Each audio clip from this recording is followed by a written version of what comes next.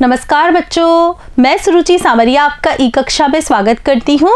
आज आप मेरे साथ कक्षा 4 की हिंदी विषय पढ़ रहे हैं। बच्चों, आज हम हिंदी विषय के पाठ 2 बुद्धिमान खरगोश की भाषा की बात पर आधारित अभ्यास प्रश्नों को हल कर रहे हैं। बच्चों, आप मेरे साथ यह पाठ पिछले भाग में पढ़ चुके हैं तथा पाठ पर आधारित अभ्यास प्रश्नों को हल कर चुके हैं। आज हम यहाँ पर व्याकरण से संबंधित प्रश्नों को हल करने वाले हैं। तो आइए देखते हैं हमारा पहला प्रश्न क्या है। देखिए, पाठ में प्रतिदिन शब्द आया है। यहाँ दिन शब्द में प्रति जुड़ने से प्रतिदिन बना है। प्रति शब्द जोड़कर ऐसे ही 5 शब्द बनाएं। बच्चों, ये जो प्रतिदिन शब्द है इसका अर्थ होता है रोजाना। बच्चों, यहाँ पर दिन शब्द है, उसमें हमने प्रति जोड़ा। जब हमने दिन शब्द में प्रति जोड़ा तब क्या बना? प्रतिदिन। बच्चों, इस तरह किसी भी शब्द के आगे हम जो शब्दांश जोड़ते हैं उसे हम उपसर्ग कहते हैं। हाँ बच्चों, शब्द के प्रारंभ में जब कोई अन्य शब्द जोड़ा जाता है वह उपसर्ग कहलाता है। आपको इस प्रश्न में क्या करना है? आपको इस प्रश्न में प्रति शब्द जोड़ना है और एक नया शब्द बनाना है। तो देखिए, हमने एक में प्रति जोड़ा, क्या बन गया? प्रतीक। उत्तर में हमने प्रति जोड़ा, क्या बन गया बच्चों? प्रत्युत्तर। फिर देखिए, दोष शब्द में हमने प्रति उपसर्ग का प्रयोग किया, क्या बनाया? प्रतिदोष। देखिए, घात। घात शब्द में हमने प्रति उपसर्ग को जोड़ा तो हमारा क्या शब्द बना? प्रतिघात। फिर देखिए, हार शब्द में हमने प्रति जोड़ा तो क्या बन गया? प्रतिहार। तो बच्चों, इस तरह से हम प्रति उपसर्ग का प्रयोग कर बहुत सारे नए शब्द बना सकते हैं। आप भी अपनी इच्छा से और अन्य शब्द भी बना सकते हैं। अब हम चलते हैं अगले प्रश्न की तरफ। पाठ में ऐसे वाक्यों को छांटकर लिखिए जिनमें क्रिया और सर्वनाम आया है। बच्चों, आपको क्या करना है? आपको पाठ पढ़ना है। पाठ पढ़कर ऐसे वाक्यों को छांटना है जिनमें कि क्रिया और सर्वनाम शब्द आए हों। बच्चों, सर्वनाम हम किसे कहेंगे?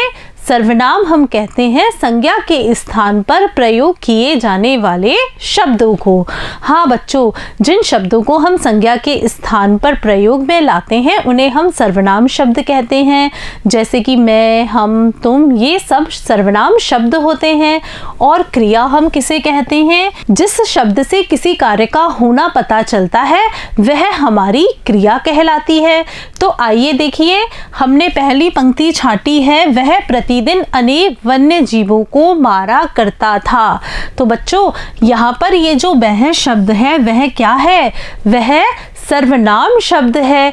यहाँ पर हम वह की जगह भासुरक सिंह का प्रयोग भी कर सकते थे। भासुरक सिंह लिखते तो वह क्या हो जाता? वह हमारा संज्ञा शब्द हो जाता।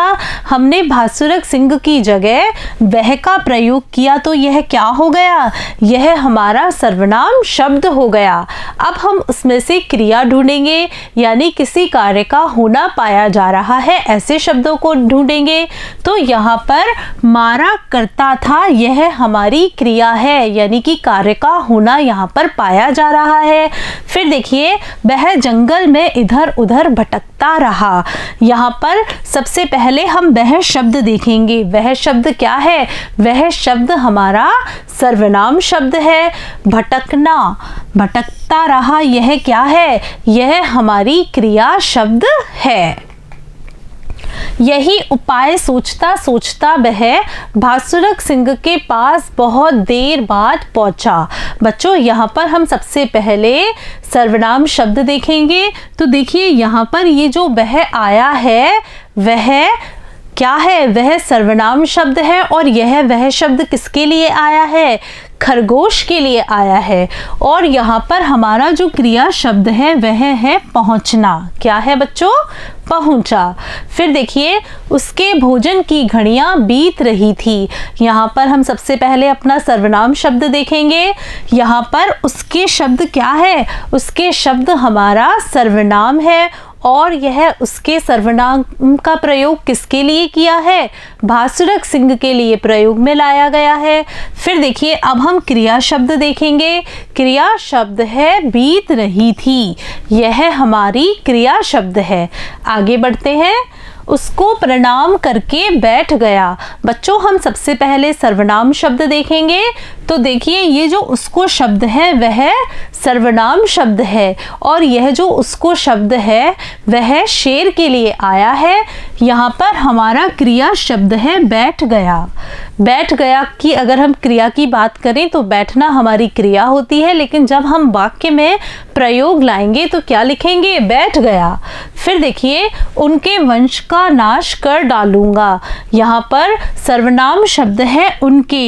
ये जो उनके शब्द है यह किसके लिए आया है? यह सारे वन्य जीवों के लिए आया है। और नाश कर डालूंगा या मार डालूंगा हमारा क्रिया शब्द है। बच्चों आज आपने मेरे साथ आपकी पाठ्यपुस्तक आओ सीखें भाग प्रथम के पाठ 2 बुद्धिमान खरगोश के भाषा की बात पर आधारित अभ्यास प्रश्नों को हल किया। मुझे पूरा विश्वास है कि आपको इन प्रश्नों के उत्तर बहुत ही अच्छे तरीके से समझ में आ गए होंगे। नमस्कार बच्चों।